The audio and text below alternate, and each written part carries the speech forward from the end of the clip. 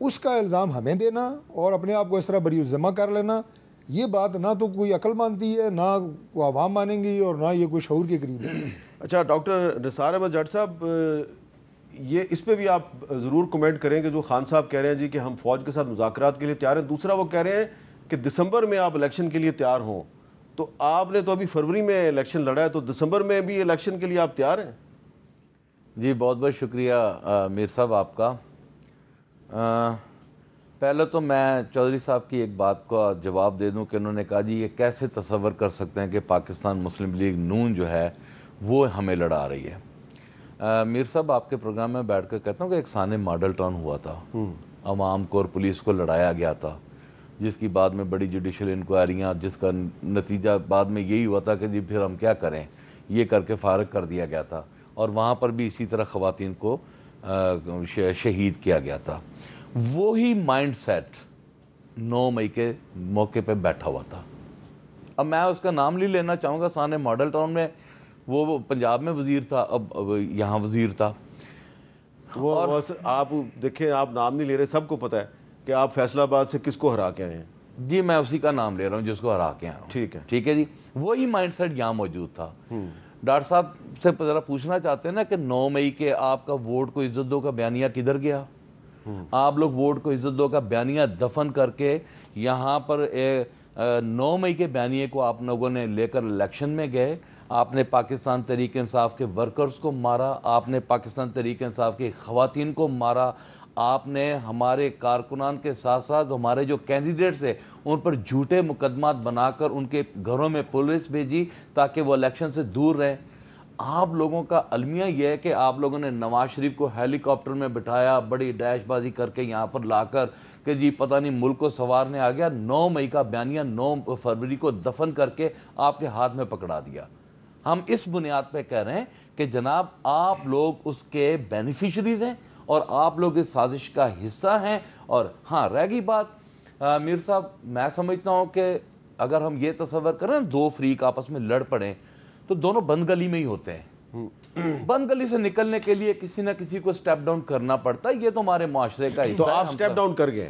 میرا خیال ہے کہ اگر خان صاحب نے یہ آفر کی ہے تو میں سمجھتا ہوں کہ پاکستان کے مستقبل کے لیے انہوں نے اچھی آفر دی ہے، میں اسے اپریشیٹ کرتا ہوں، اور میرا خیال ہے کہ یہ ڈیڈ لاک ختم ہونا چاہیے، بند گلی سے نکلنا چاہیے، یہ ایوان ہے۔ اور آپ دسمبر میں الیکشن کے لیے تیار ہیں؟ دیکھیں میر صاحب، خان صاحب نے اگر ہمیں یہ کہہ دیا کہ دسمبر میں الیکشن آ گئے تو ہم بالکل تیار ہیں۔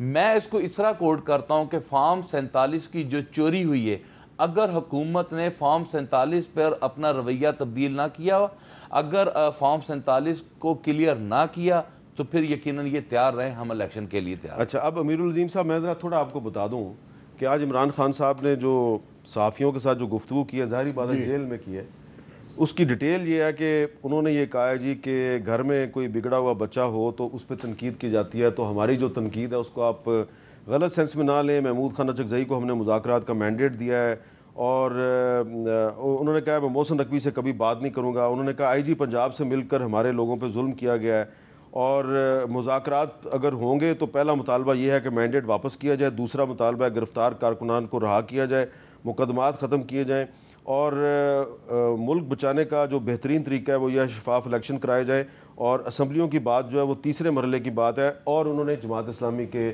دھرنے کی حمایت کی ہے، اور انہوں نے کہا ہماری پارٹی اس دھرنے میں بھرپور شرکت کرے گی، یہ بھی انہوں نے اعلان کر دیا ہے۔ اور انہوں نے کہا کہ جی لاپتہ افراد کی بازیابی کے لیے جو گوادر میں دھرنا ہوا ہے ہم اس کی بھی حمایت کرتے ہیں۔ اب آپ یہ بتائیں کہ عمران خان صاحب کہہ رہے ہیں کہ ہم آپ کے دھرنے کی حمایت کرتے ہیں اور اس میں شرکت بھی کریں گے، تو کیا جماعت اسلامی تحریک انصاف کو ویلکم کرتی ہے اپنے دھرنے میں؟ نہیں، ویلکم نہیں کرے گی، موسٹ ویلکم کریں گے، موسٹ ویلکم۔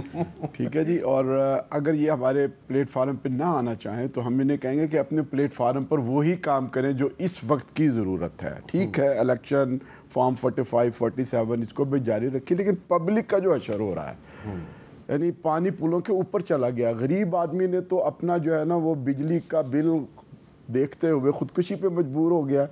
لوگ اپنی کڈنی کے آپریشن کے لیے کہتے ہیں کہ جب ہم نے جمع کیے تھے، پتا نکلوانا تھا، وہ خودکشیاں کر رہے ہیں۔ اس سے آگے نکل کر مڈل کلاس پس گئی ہے. میں اور آپ, ہمارے پاس جو بجلی کا بل آ رہا ہے وہ طارق صاحب جانتے ہیں کہ ان کے وفد کے اندر ایک ساتھی شامل تھے جنہوں نے کہا کہ میں افورڈ نہیں کر سکتا, میرے 3-4 گھر ہیں مختلف جگہوں پہ. Middle class. اس کے بعد انڈسٹری ختم ہو گئی ہے, دکان. یہ جو ہے نا گور صاحب کیا کر رہے ہیں, گور اجاز صاحب, کچھ عرصہ پہلے جب ہم یہی باتیں کرتے تھے تو وہ کہتے تھے کہ آپ تو جو ہے نا وہ اہم حقوق کی جنت میں رہ رہے ہیں. جب انہوں نے خود دیکھا ہے ان کی ٹیکسٹائل ملیں بند ہو گئی ہیں تو انہیں بھی ہوش آ گئی ہے. آپ کی انڈسٹری تباہ ہو رہی ہے. لہذا اس مسئلے پر تمام پولیٹیکل پارٹیز کو باہر نکلنا چاہیے اور حکومت جو ہے وہ ہوش کے ناخن لے اور پاکستان کو کنزیومر سوسائٹی بچانے. آپ کے جو ان سے مذاکرات ہوئے ہیں حکومت کے ساتھ, جو حکومت آپ کے سامنے بیٹھی ہوئی ہے, کوئی آپ کو لگتا ہے, کو امید ہے کہ اس کا کوئی پازیٹیو رزلٹ؟ دیکھیے ہمیں یہ یقین ہے کہ اس کا رزلٹ نکلے گا, چاہے وہ سیدھے سے نکل جائے یا کسی اور طرف سے نکل جائے, چونکہ حالات یہاں پر پہنچ گئے ہیں کہ اگر ڈائیلاگ سے نہیں ہوگا تو یہ کسی اور ذریعے سے یہ نکل کر رہے گا. لوگوں کی بس ہو گئی ہوئی ہے, ملک برباد. آپ کا حکومت کے ساتھ مذاکرات کا ابھی تک صرف ایک راؤنڈ ہوا؟ جی ایک راؤنڈ ہوا, دوسرا راؤنڈ نہیں ہوا ابھی تک نہیں ہوا. اس کی کیا وجہ ہے؟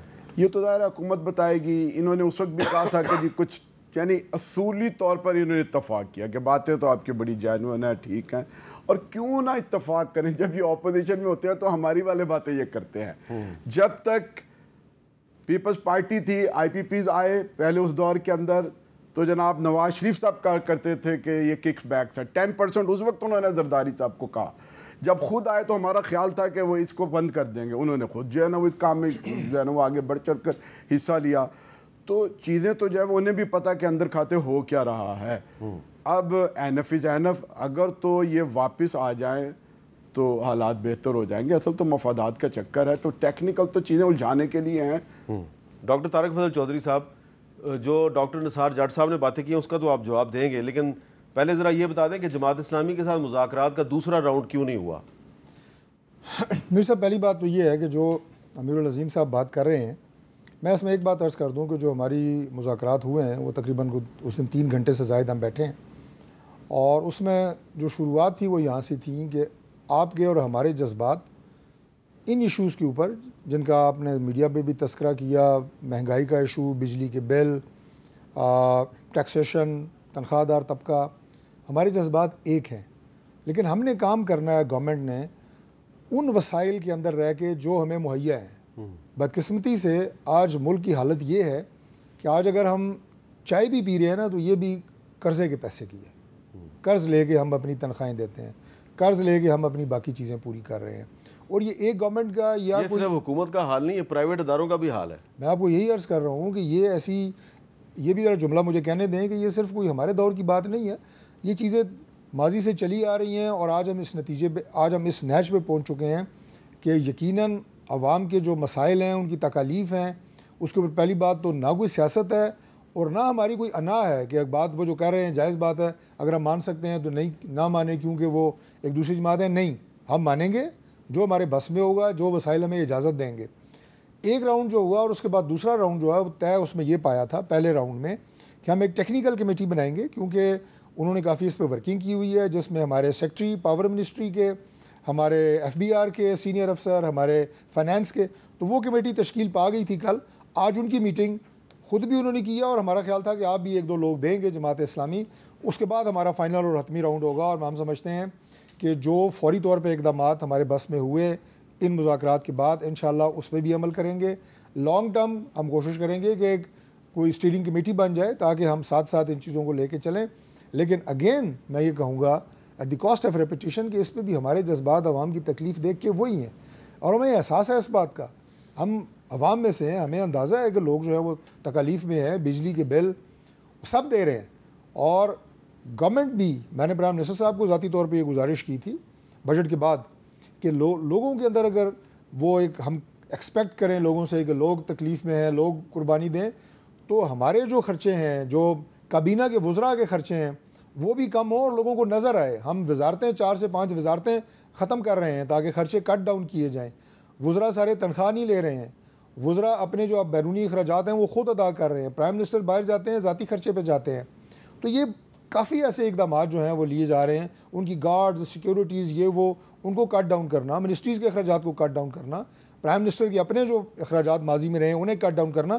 تو یہ ساری چیزیں کر کے انشاءاللہ تعالی ہمیں یقین ہے کہ ہم the best possible we will do انشاءاللہ. اچھا ڈاکٹر نثار جاٹ صاحب، یہ تو جماعت اسلامی اور حکومت کے مذاکرات کی بات ہو رہی ہے، تو اب آپ کو حکومت کے ایک منسٹر نے پی ٹی آئی کو بھی مذاکرات کی دعوت دی ہے. پہلے وہ کہہ رہے تھے ہم پی ٹی آئی پر پابندی لگائیں گے، لیکن اب ان کی طرف سے بھی مذاکرات کی دعوت دی گئی ہے. تو اگر پی ٹی آئی فوج سے مذاکرات کے لیے تیار ہے تو بقول آپ کے جس پارٹی کو وہ حکومت میں لے کے آئے تو اس سے بھی مذاکرات پہ آپ تیار ہیں کہ نہیں ہیں؟ امیر صاحب بیسیکلی جو سانِ 9 مئی ہے نا، پہلے تو میں آپ کے پروگرام میں اس کو کنڈیم کرتا ہوں.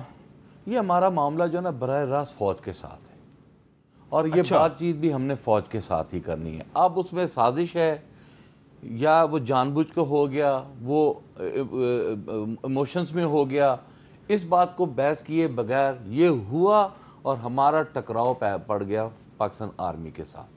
اس کا ناجائز فائدہ اٹھایا ان لوگوں نے جو کہ آج یہ فارم 47 کی حکومت بنا کے یہ باؤنڈ کیے میں پوری قوم کو نہ آگے بڑھنے دے رہے ہیں نہ پیچھے جانے دے رہے ہیں. ہم مذاکرات کریں گے تو پاکستان آرمی کے ساتھ کریں گے. کیسے؟ دیکھیں نا، آئین پاکستان جو ہے اس کا آرٹیکل 244 جو ہے اس کے مطابق ہر فوجی افسر اور جوان حلف لیتا ہے کہ میں سیاست میں مداخلت نہیں کروں گا. تو اگر پاکستان آرمی کا کوئی افسر تحریک انصاف جو کہ ایک سیاسی جماعت ہے اس کے ساتھ مذاکرات کرے گا تو حامد میر تو سوال اٹھائے گا بھائی آرٹیکل 244 کی خلاف ورزی ہو رہی ہے. ہم میر صاحب ہم نہ تو گیٹ نمبر 4 سے جا رہے ہیں نہ ڈگی میں جا رہے ہیں. ہم صرف اور صرف چاہتے ہیں سانِ 9 مئی کی ٹرانسپیرنٹ انکوائری. اچھا. اور اس کے حقائق جو ہیں ان کو قوم کے سامنے لانا چاہتے ہیں. اس سے زیادہ ہماری ٹرانسپیرنٹ انکوائری فوج کرے گی یا جوڈیشری کرے گی؟ دیکھیں ہم سمجھتے ہیں کہ یہ جوڈیشل کمیشن بننا چاہیے اس کے اوپر. حکومت تو یہ بنائے گی نہیں، حکومت کے بس کی بات ہی نہیں، یہ کبھی بھی نہیں. جوڈیشل کمیشن جو ہے وہ حکومت ہی نے تو جی ٹھیک ہے، ہم سپریم کورٹ میں چلے جائیں گے، سپریم کورٹ سے سپریم کورٹ نے بھی حکومت کو کہنا ہے کہ جوڈیشل کمیشن. لیکن پھر حکومت تو بالکل جو ہے یہ نہیں کر سکتی، لہٰذا ہمیں دوسرا راستہ اختیار کرنا پڑے گا. اس کے علاوہ ہمارے پاس بھی آپ کا کیا خیال ہے کہ حکومت اگر جوڈیشل کمیشن بنا دے تو مسئلہ ختم ہو جائے گا؟ بالکل بن جائے گا، لیکن پہلے یہ کسی اڈے بننے تو لگے نا. ان سے زیادہ کنفیوزڈ لوگ میں نے کم از کم اپنی زندگی میں نہیں دیکھے. یہ دو چیزوں کا فیصلہ کر لیں.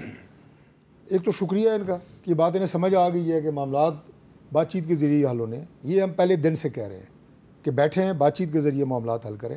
یہ عقل ان کو اب آئی ہے. اور اس کے بیچ میں اگر انہوں نے کوئی غلطیاں کی ہیں تو بھائی جان اگر دو کھلاڑی آپس میں میچ کھیل رہے ہوں اور ایک ٹیم یا کھلاڑی اگر بیوقوفی کرے تو قدرتی فائدہ دوسری پارٹی کو ہوتا ہے. اگر میرا سیاسی مخالف کو غلطی کرے گا تو میں اس کا بینیفیشری ہوں گا، اس میں تو کوئی شک نہیں ہے. جو آپ بات کر رہے ہیں نا یہی وہ اس کی آر ٹی ایس کی شکل میں بھی ہو سکتا ہے. 2018 میں نہیں آر ٹی ایس بیٹھ گیا تھا اس وقت ہم نے آپ نے بھی مان لیا، چلو ہم نے غلطیاں کی تھی، اس کا فائدہ آپ کو ہو گیا. آپ نے بھی مان لیا، اچھی بات. اچھا دوسری بات یہ کہ جو آپ یہ بھی فیصلہ کر لیں کہ جو نیوٹرل ہوتا ہے یہ کون ہوتا ہے، یہ جانور ہوتا ہے یا انسان ہوتا ہے، کیا ہوتا ہے، یہ بھی آپ فیصلہ کر لیں. ایک طرف عمران خان صاحب کی ساری تقریریں موجود ہیں کہ نیوٹرل جانور ہوتا ہے. آج آپ چیخ کے کہہ رہے ہیں کہ جناب نیوٹرل ہو جائے. تو یہ آپ کی کنفیوژن ہے، اس کو پہلے دور کریں. 9 مئی بھی بالکل سامنے آ جائے گا. یہ ڈاکٹر صاحب نے اچھی بات کی ہے، میں اسے اپریشیٹ کرتا ہوں کہ جی وہ غلطی میں ہو گیا، جذبات میں ہو گیا، مان لیں ہو گیا. آپ نے اسے کنڈیم کیا ہے کسی بھی طریقے سے. آج تک عمران خان نے کنڈیم کیا ہے 9 مئی کو؟ کیوں نہیں کیا؟ بالکل نہیں کیا. اگر کیا ہے وہ اسٹیٹمنٹ دے دیں، وہ ایک اسٹیٹمنٹ بتا دیں جس میں انہوں نے کہا ہو. اس کے بعد جس دن 9 مئی ہوا اس کے اگلے دن عمران خان صاحب انہوں نے کوئی کنڈیم نہیں کیا. اچھا ایک تو باقی بات یہ فوج سے کرنا چاہیں یہ ان کی مرضی ہے، لیکن ایک طرف کہتے ہیں جناب فوج نیوٹرل ہو، اسی زبان سے کہتے ہیں کہ فوج سیاست میں مداخلت نہ کرے، اسی زبان سے آپ کہہ رہے ہیں ہم سے مذاکرات کرنے. معافی چاہتا ہوں، آپ کا ٹائم بڑا قیمتی ہے. میں جانور اور نیوٹرل کی تھوڑی سی ڈیفینیشن بتا دوں. اگر آپ کی ملکی سالمیت پہ حملہ ہو رہا نا تو نیوٹرل جانور ہی ہوتا ہے. ٹھیک ہے، جیسے آپ کو جیسے آپ لوگوں کو اس وقت وینٹیلیٹرز لگے ہوئے تھے نا، آج تھوڑی سی امریکہ میں آئی تو آپ لوگوں کے وینٹیلیٹرز بھی اتر گئے. اچھا تو نیوٹرلز کی ڈیفینیشن. اچھا امیر العظیم صاحب، یہ اب موضوع جو ہے اس کا براہ راست تو آپ سے تعلق نہیں ہے، لیکن آپ ایک پاکستانی تو ہیں نا اور ایک سیاسی کارکن بھی ہیں. تو تحریک انصاف کہہ رہی ہے جی اگر ہم مذاکرات کریں گے تو صرف فوج سے کریں گے. اس پر آپ کا کیا موقف ہے؟ یہ ہونے چاہیے پاکستان کو بحران سے نکالنے کے لیے فوج اور ایک سیاسی جماعت میں مذاکرات ہو جائیں تو یہ اچھی بات ہے یا نہیں ہے؟ میرا خیال ہے کہ کہیں نہ کہیں تو ہوتے ہیں. رات کو جو ہے وہ فوج کے ساتھ ہو جاتے ہیں, دن کو حکومت کے ساتھ ہوتے ہیں. مسئلہ جو ہے وہ خود فوج کو سوچنا چاہیے پچھلے پورے ایکسپیرینس کو, کہ فوج جو ہے وہ خود سیاست سے ذرا باہر نکلے, وہ یعنی ایک اجتماعی دانش پر چلنے کی کوشش کرے, کولیکٹیو وزڈم کو اڈاپٹ کرے. اس کا نتیجہ پوری فوج بھگتتی ہے. یعنی ہر پارٹی نے فوج سے فائدہ اٹھایا اور ہر پارٹی نے فوج کی ایسی تیسی کی ہے. قربانیاں دینے کے لیے کوئی نہیں آتا, آپ کی نظریاتی اور جغرافیائی سرحدوں کے لیے چپ کر کے بیٹھ جاتے ہیں. اور جب معاملہ آتا ہے مفادات کا اور پارلیمنٹ کے جانے کا اور حکومتیں سنبھالنے کا, تو اس وقت تو فوج بڑی اچھی لگتی ہے. اور جب 2/3 میجورٹی والوں کو بھی کوئی وہی جرنیل جو حکومت میں لے کر آتا ہے کان پکڑ کے نکالتا ہے, تو پھر اس کے بعد جو ہے وہ آگے بڑھو اور کوئی بڑھنے کے لیے تیار نہیں ہوتا. خود پارٹیوں کو سوچنا چاہیے, پارٹیاں مضبوط کریں, فوج کے ساتھ ڈائیلاگ نہ کریں. جب تک پاکستان کے اندر پارٹیاں مضبوط نہیں ہوں گی, ایک چین بنائے ورکر سے اوپر تک, پھر فوج بھی جو ہے وہ ٹینک لے کر آ جائے گی, تو ترکی کی طرح اس کو آپ ریزسٹ کر سکتے ہیں. اور اگر نہیں ہوگا تو یہ سانپ اور سیڑھی کا کھیل ہے, پہلے بھی چلتا رہا اور آئندہ بھی چلے گا. جی اس پہ ڈاکٹر صاحب کیا کہیں گے آپ؟ نہیں, میں ان کی بات سے ایگری کرتا ہوں کہ جو جماعتیں ہیں انہیں بھی اور اسٹیبلشمنٹ کو بھی اپنے رویے میں تبدیلی لے کے آنا ہوگی. میرا جو اسٹیٹمنٹ ہے خان صاحب کی اسٹیٹمنٹ, کیونکہ میں خان صاحب سے ملا تو نہیں ہوں, ہم نے تو ان کی اسٹیٹمنٹس بکلا کے اور باہر آ کر سنی ہے. ہم اس لیے ان کو اپریشیٹ کر رہے ہیں کہ چلیں ایک ڈیڈ لاک تو ختم ہو, آپ کے ایوان میں جو MNAs بیٹھے ہوئے ہیں, آپ کا جو ورکر ہو ایٹ لیسٹ وہ اپنی بات کا آغاز کریں. دیکھیں اس وقت کی ابھی تک کی جو صورتحال ہے, فارم پہلے 45 اور 47 کا جھگڑا, اب 39 اور 41 کا جو شروع ہو گیا. اب جو 41 آ گئے ہیں تو 41 کے پیچھے اب میں سن رہا ہوں اسلام آباد کی جو غلام گردشیں ہیں ان میں یہ چیزیں گوئیاں ہو رہی ہیں کہ وہ جو 41 ہیں جن کا بھی نوٹیفیکیشن نہیں ہوا, ان 41 میں سے جو کچھ آپ کے جو ساتھی ہیں ان کو توڑ لیا گیا ہے, اور کسی انٹیلیجنس ایجنسی نہیں توڑا, کسی سیاسی شخصیت نے توڑا. میر صاحب دیکھیں میرے پاس ایسی کوئی خبر نہیں ہے. اتنا ضرور معلوم ہے کہ ہمارے 2 سے 3 MNA جو ہیں آؤٹ آف کنٹری ہیں, ٹھیک ہے, اور وہ مسلسل ہماری لیڈرشپ کے رابطے میں ہیں اور انہوں نے آنا ہے, آج کل میں آنا ہے, اور میری اطلاع کے مطابق انہوں نے ایفیڈیوٹ بھی سبمٹ کرا دیے ہیں. اور اگر ایسی کوئی بات ہوتی تو میں ضرور آپ کے پروگرام میں شیئر کرتا, لیکن یہ ضرور نظر آ رہا ہے کہ 41 ہمارے جیسے حاجی امتیاز صاحب ہیں انہیں اٹھا لیا گیا. آج پروڈکشن آرڈر کے لیے بھی گئے, اسپیکر صاحب کو ریکویسٹ کر کے آئے. ہمارے ثناءاللہ مستی کھیل صاحب ہیں, ان پر جھوٹے مقدمات بنا کر ان کو کی بھی دوڑیں لگائی ہوئی ہیں. یہ پریکٹس چل رہی ہے کہ کسی ثناءاللہ مستی کھیل صاحب جو ہیں ان پر تو الیکشن سے پہلے بھی مقدمات بنے, جی بالکل, اور ابھی تک چل رہے ہیں, اور بڑے زچ ہو رہے ہیں, اور ان کو بہت زیادہ, اور ان کے خلاف جو مقدمات کی نوعیت ہے وہ میں ڈاکٹر طارق فضل چودھری صاحب آپ کو پرائیویٹلی بتاؤں گا, تو آپ کو بھی شرمندہ ہونے والی بات, کافی شرمندہ ہونے والی بات. ایسے مقدمات کی نوعیت ہے کہ میں بتا بھی نہیں سکتا, اس لیے میں بریک لے لیتا ہوں, بریک کے بعد دوبارہ ملتے ہیں.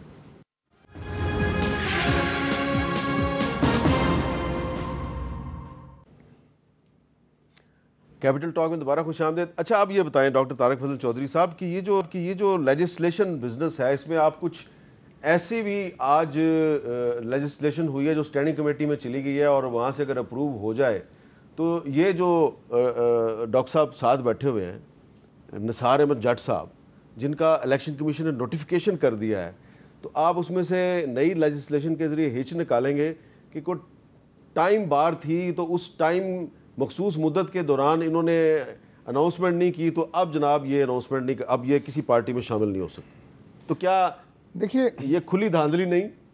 میرے صاحب بات یہ ہے کہ جو یہ فیصلہ ہوا ہے نا سپریم کورٹ کا, اب میں اسے کیا کہوں, احترام ہے, کھلی دھاندلی تو نہیں کہہ سکتا, لیکن کانسٹیٹیوشن کو ری رائٹ کیا گیا ہے. اب یہ بات جو آپ کا آئین کا آرٹیکل 51 ہے نیشنل اسمبلی کے لیے اور آرٹیکل 106 ہے پروونشل اسمبلی کے لیے, بڑا کلیئرلی کہتا ہے کہ آزاد جو لوگ جیتے ہیں انہوں نے 3 دن میں جوائن کرنا ہے. اب آپ مجھے یہ بتائیں کہ اس کو آپ یعنی اس جوائننگ کو آپ واپس بھی نہیں لے سکتے. آپ نے جوائن کر لیا, اس کو واپس بھی نہیں لے سکتے. اب جوائن کرنے کے بعد پھر آپ کہیں جی نہیں آپ اس کو واپس لیں, دوبارہ جوائن کریں, تو یہ کیا کانسٹیٹیوشن کو ری رائٹ کرنا نہیں ہے؟ یہ بڑے سادہ سے الفاظ میں آپ سے پوچھ رہا ہوں. پھر آگے جو ہے آپ کا سیکشن 104 ہے الیکشن ایکٹ 2017 کا. اب اس میں بھی یہ ہے کہ جو پارٹی الیکشن لڑے وہ اس کی یہ ریزرو سیٹس ہیں اور وہ اس طرح داخل کرے گا. اب جو پارٹی الیکشن لڑے ہی نا, اس کے بارے میں کیا ہے, اس کے بارے میں سپریم کورٹ کہہ رہی ہے کہ نہیں اس کو اس طرح کریں, اس کو اس طرح کریں.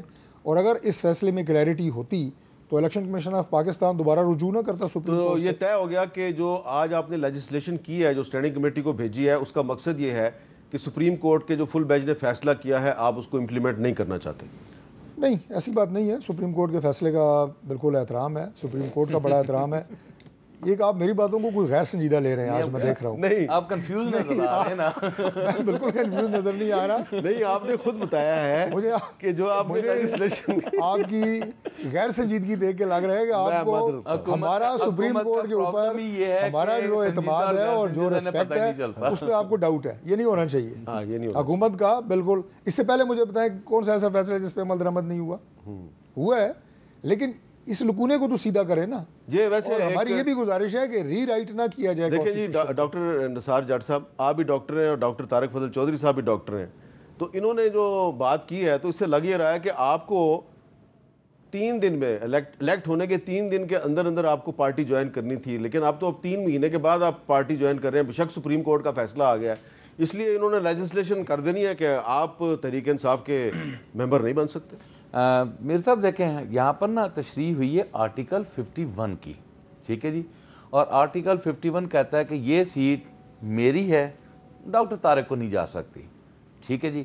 اب ہوا کیا, جس وقت یہ فل کورٹ بینچ بیٹھا, فل کورٹ بینچ میں جب اس کے اوپر ڈسکشن ہوئی تو وہاں پر الیکشن کمیشن کی میلا فائڈی نظر آئی, جبکہ الیکشن کمیشن خود ایڈمٹ کر رہا ہے کہ ہاں جی پاکستان تحریک انصاف جماعت ہے. اور جب ہم نے وہاں پر نامینیشن فائل کی پاکستان تحریک انصاف کے ٹائٹل سے, تو پھر ہماری وہ کیوں نہیں ایڈمٹ کی گئی, ہمیں کیوں کہا گیا کہ جی یہ ہم ایکسیپٹ نہیں کریں گے, آپ جائیں آپ جا کے آزاد حیثیت سے الیکشن لڑیں, ٹھیک ہے جی. لہٰذا وہ جو کنفیوژن ہے میں کہ یہ ایک ڈیفینیٹ تشریح جو ہوئی ہے آئین کی وہ میلا فائڈی الیکشن کمیشن کی پکڑی گئی, اور انہوں نے 39 وہ ممبر جنہوں نے پی ٹی آئی کے حوالے سے نامینیشن فائل کیے تھے ان کو انہوں نے سیٹیں دے دی, ٹھیک ہے جی. اب پرابلم کیا ہے, اب ہے ریزرو سیٹس.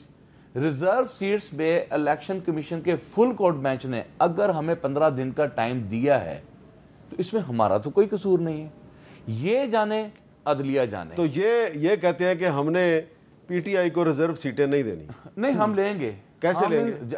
انشاءاللہ لیجسلیشن ہوگی آج. جی نہیں, اگر آپ کا اسٹینڈنگ کمیٹی میں چلی گئی ہے, اگر آپ پی ٹی آئی کے ممبر کنسیڈر نہ ہوئے تو ریزرو سیٹیں کس طرح ملیں گی؟ میر صاحب میری بات سنیں, یہ ان دوروں کی بات ہے جب 16 ماہ کی حکومت تھی نا تو ہم ریزائن دے کے گھر چلے گئے تھے, اور یہاں پر انہوں نے انجوائے کیا تھا, 80 لیجسلیشن کی تھی. اب ایسا نہیں ہونے دیں گے انشاءاللہ تعالیٰ, منہ توڑ جواب دیں گے, اپنی سیٹوں کا تحفظ کریں گے. پاکستان تحریک انصاف ایک ڈیموکریٹک جماعت ہے اور انشاءاللہ تعالیٰ یہ جمہوری جماعت اپنا حق لینا جانتی ہے. چلیں, اور ہماری پوری میکسیمم اسٹرینتھ 92 سے ابو کے ایم این ایس جو ہیں وہ نیشنل اسمبلی میں بیٹھے. اچھا امیر العظیم صاحب, آپ کو کیا لگ رہا ہے کہ یہ جس قسم کی لیجسلیشن ہو رہی ہے, جس قسم کا ریاکشن ادھر سے آیا ہے, اس کے نتیجے میں دسمبر میں دوبارہ الیکشن ہو سکتا ہے؟ خیر میرا خیال ہے کہ ابھی تو یہ فارم 45 47 پہ معاملہ چلے گا, وہ اس کے بعد کی بات ہوگی. یہ جو آپ نے بات چھیڑی ہے نا جی, آئین کے اندر بہت ساری مدتیں لکھی ہوئی ہیں اور کبھی بھی اس مدت کا خیال نہیں کیا گیا.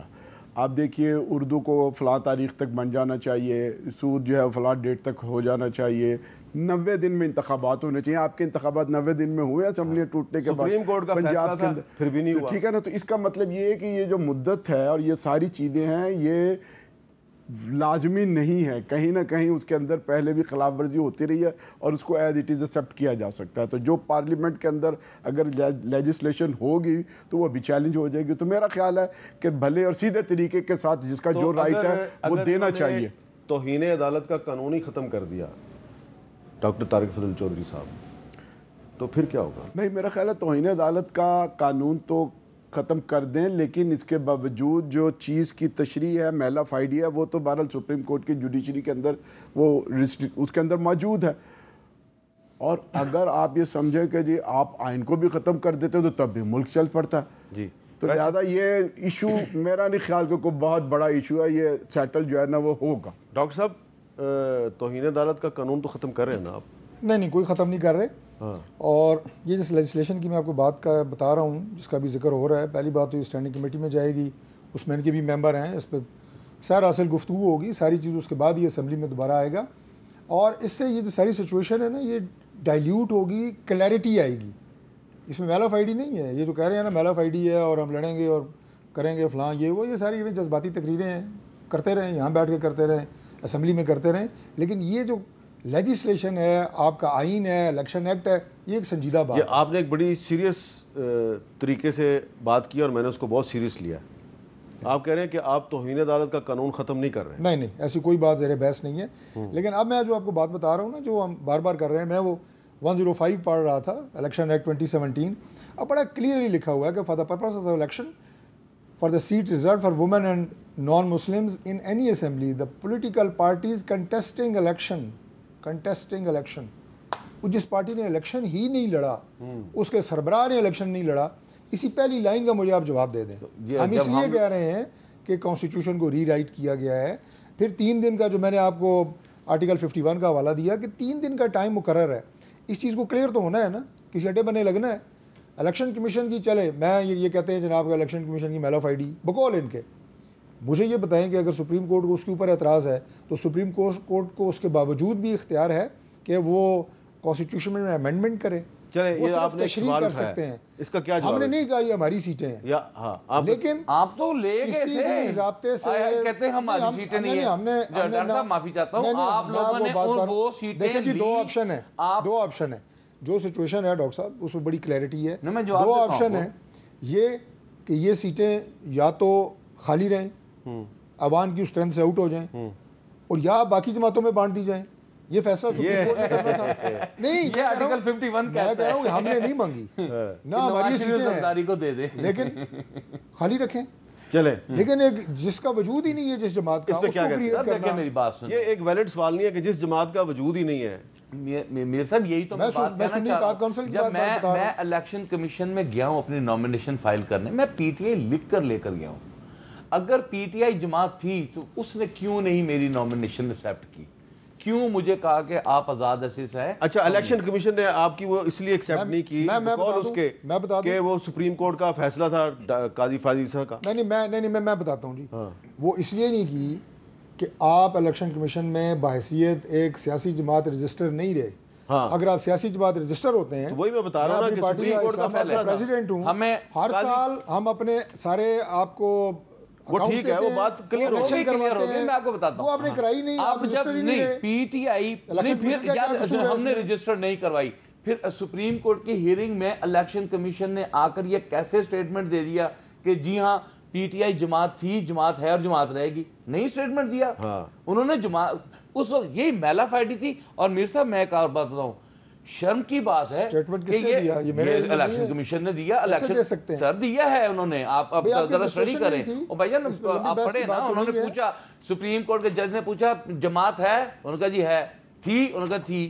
تو انہوں نے کہا پھر آپ نے کیوں نہیں جمع کرا, کیوں نہیں ان کو ایکسیپٹ کیا؟ اس بیاف پہ انہوں نے پی ٹی آئی کو کنسیڈر کیا اور 39 ایم این ایس کو کنسیڈر کیا. اور دوسری بات یہ کہتے ان کے وہ ریزرو سیٹیں انہوں نے لے لی اپنی مرضی سے, الیکشن کمیشن نے ان کو بانٹ دی, انہوں نے اوتھ لے لیے, انہوں نے اوتھ لینے کے بعد ووٹ بھی کر دیا اور پھر وہ فارغ ہو کے گھر چلے گئے. چلے, یہ آئین اور قانون. مجھے ایک بریک لینا ہے اور بریک کے بعد ایک اور بڑا امپورٹنٹ ایشو اس پہ بھی بات کرنی ہے.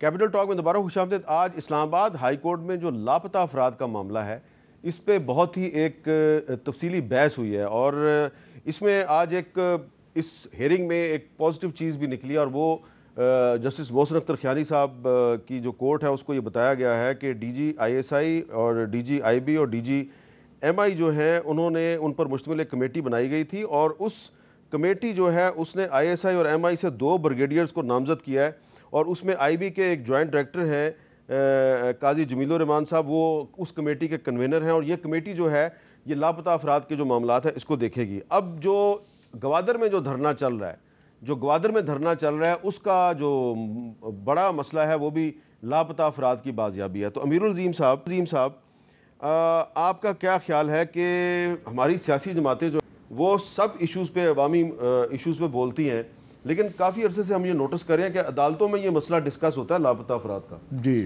سیاسی جماعتیں نہیں بولتی اس پر. خیر سیاسی جماعتوں نے بھی کیمپ بھی لگائے ہیں، اظہار یکجہتی بھی کیا ہے. ہمارے ہدایت الرحمان صاحب تو ایک کمپین بنا کر اس کے لیے چلتے رہے ہیں، اور ہر جگہ پر ظاہر ہے کہ اظہار یکجہتی ہماری طرف سے ہوا ہے. البتہ یہ کہ پاکستان میں اتنے مسائل ہیں کہ آپ آج ایک مسئلے کو اٹھاتے ہیں، اس سے بڑا مسئلہ جو ہے وہ دوسرے دن آپ کے سامنے آ جاتا ہے. کیونکہ اس مسئلے کو نیگلیکٹ کرنے کی وجہ سے آج بلوچستان میں جو سچویشن ہے اس کی تو وجہ یہی مسئلہ ہے. جی اس میں کوئی شک نہیں ہے کہ بہت سارے مسائل ظاہر ہے جب حل نہیں ہو پاتے اور وہ لٹکتے چلے جاتے ہیں تو اس کا نتیجہ جو ہے وہ ملک اور قوم برداشت کر رہی ہے. اچھا ڈاکٹر طارق فضل چودھری صاحب، اب حکومت کہہ رہی ہے، بلوچستان کی حکومت بھی کہہ رہی ہے اور آپ کی حکومت بھی کہہ رہی ہے جی یہ مسئلہ مذاکرات سے حل ہوگا. تو بڑی اچھی بات ہے، مذاکرات ہونے چاہیے، لیکن یہ لوگ جنہوں نے مظاہرہ کیا اور ان کو روکا بھی گیا اور پھر سیکورٹی فورسز کا بھی نقصان ہوا، ان کا بھی نقصان ہوا، یہ لوگ جب کچھ مہینے پہلے دسمبر 2023 میں جب یہ اسلام آباد آئے تھے تو اس وقت بھی جو حکومت تھی اس نے بھی ان سے مذاکرات کیے تھے. ایک اس میں خاتون ہے، کراچی یونیورسٹی میں جرنلزم کی طالبہ ہیں سمی دین بلوچ. ان کے جو والد صاحب ہیں ڈاکٹر دین محمد بلوچ 2009 سے غائب ہیں اور بہت سے مذاکرات میں وہ شامل نہیں ہیں، اور پچھلے دو دن سے وہ خود بھی لاپتہ ہیں. ان کے بارے میں کچھ پتہ نہیں وہ کہاں پہ ہیں. انہوں نے مذاکرات کے بارے میں کیا بتایا تھا، ذرا سنیں. یہ پہلی مذاکرات نہیں ہے جس کا کوئی پیش رفت سامنے نہیں آیا. اس سے پہلے اعظم نذیر تارڑ نے ہمیں ریٹن شیپ میں لکھ کے دے دیا کہ ہم آپ کے مسئلے کو اسلام آباد کے ایوانوں میں لے کے جائیں گے. آپ نے ان کو کوئی لسٹ بھی دی تھی مسنگ پرسنز کی؟ جی ہم نے ان کو 700 کے قریب مسنگ پرسنز کی لسٹ دی تھی جو ملک بھر سے مسنگ پرسنز کے لوگ تھے، اور اس کے علاوہ 50 نمبر کی ایک اور لسٹ دی تھی جو ان کے فیملی ممبرز ہمارے ساتھ اس دھرنے میں موجود تھے. پچھلے سال جو وزراء آئے آپ کے پاس اس کا بھی کوئی نتیجہ نہیں نکلا، اور اب اس حکومت کے جو وزراء آئے اس کا بھی کوئی نتیجہ نہیں نکلا. جی نہیں، دیکھیں سب سے بڑی بات یہ ہے کہ حکومت اس پہ وہ جو سنجیدگی اور ذمہ داری دکھا ہی نہیں رہی، وہ پرائیورٹی ہم دیکھ ہی نہیں رہے ہیں. تو ڈاکٹر صاحب ایسا لگتا ہے کہ حکومت مذاکرات صرف اس لیے کرتی ہے کہ جو احتجاج کرنے والے ہیں وہ گھروں کو واپس چلے جائیں، وہ چلے جاتے ہیں تو اس کے بعد مسئلہ جوں کا توں رہتا ہے، مذاکرات کو کوئی فائدہ نہیں ہوتا. دیکھیے مذاکرات کا فائدہ، اور آپ بالکل اس ایشو کو بڑی دیر سے دیکھ رہے ہیں، اور ایک زمانے میں آپ بھی یہ لاپتہ افراد کے دھرنے میں آپ بھی شامل ہوتے رہے. میں بالکل شامل ہوتا تھا، اور میں آپ کو اپریشیٹ کرتا ہوں کہ میڈیا میں اگر کسی شخص نے، کسی جرنلسٹ نے سب سے زیادہ اس کو اٹھایا، سب سے زیادہ اس کو ٹائم دیا اسٹوڈیو کے اندر اور اسٹوڈیو کو باہر، تو وہ حامد میر ہے. اور ہم آپ کے ساتھ کل بھی تھے، آج بھی ہیں. تو مسئلے کو حل کر دیں. اور ایز گورنمنٹ میں آپ کو یہ عرض کر سکتا ہوں کہ مذاکرات دیکھیں، اب اس میں جو چاہے یہاں اسلام آباد میں آئیں بلوچ خواتین، مرد، یا گوادر میں بیٹھے ہیں، وہ سب ہمارے لیے قابل احترام ہیں، ہمارے بھائی ہیں، ہماری بہنیں ہیں. تو مذاکرات کے ذریعے یہ ہوتا ہے کہ ان کے لیے آسانی پیدا کی جائے، اور بیٹھ کے جیسے ابھی ہم جماعت اسلامی کے مذاکرات کی بات ہو رہی ہے، میں نے پہلے دن بھی امیر العظیم صاحب کو یہ گزارش کی تھی، اور لیاقت بلوچ صاحب کی کمیٹی کو ہیڈ کر رہے تھے کہ یہ مذاکرات ہم انشاءاللہ کسی حتمی نتیجے پہ اور اچھے نتیجے پہ ضرور پہنچیں گے، لیکن جو لوگ وہاں بیٹھے ہیں، موسم کی شدت ہے، لوگوں کی مری روڈ بہت ہماری مین آرٹری ہے، تو ان کی زندگی میں تھوڑی آسانی پیدا کر کے دھرنے کو یا تو منیمائز کیا جائے یا تھوڑا جیسے بھی اس میں کوئی آسانی پیدا کی جائے. تو وہ ہم چاہتے ہیں کہ ذرا ان کی تکالیف بھی کم ہوں، اور ان کی بات میں وزن ہے، اس میں جس قدر بھی آپ چاہتے ہیں کہ یہ بھی دھرنا ختم کر دیں؟ نہیں، ہماری تو یہ خواہش ہے، میں نے درخواست کی ہے، اور جلد از جلد ہم کسی نتیجے پہ پہنچیں گے، تاکہ ظاہر ہے جو لوگ وہاں بیٹھے ہیں، اب گرمی کی شدت دیکھیں، بارش دیکھیں، پھر لوگوں کی وہ جو گزرگاہ ہے وہاں پہ آنے جانے والے جو لوگ ہیں انہیں جو تکلیف ہے اس کے لیے، تو انشاءاللہ اس پہ ہم بہت سنجیدہ ہیں. یہ مسئلہ بڑا کرونک مسئلہ بن چکا ہے، اور جو اس میں ہمیشہ آپ کا موقف رہا ہے کہ اگر کسی نے کوئی ایسی چیز اینٹی اسٹیٹ کی ہے تو وہ عدالتوں میں پیش ہو. جی میں نے اس کو ہمیشہ اس کی تائید کی ہے، آج بھی کر رہا ہوں. بہت بہت شکریہ طارق فضل چودھری صاحب، نثار جٹ صاحب اور امیر العظیم صاحب. اور مسئلہ چل رہا ہے بلوچستان میں، اس کا حل بھی صرف اور صرف مذاکرات ہے. تو دونوں فریقوں کو چاہیے کہ مذاکرات کی ٹیبل پہ بیٹھیں اور مسئلہ حل کریں. اجازت دیجیے، اللہ حافظ.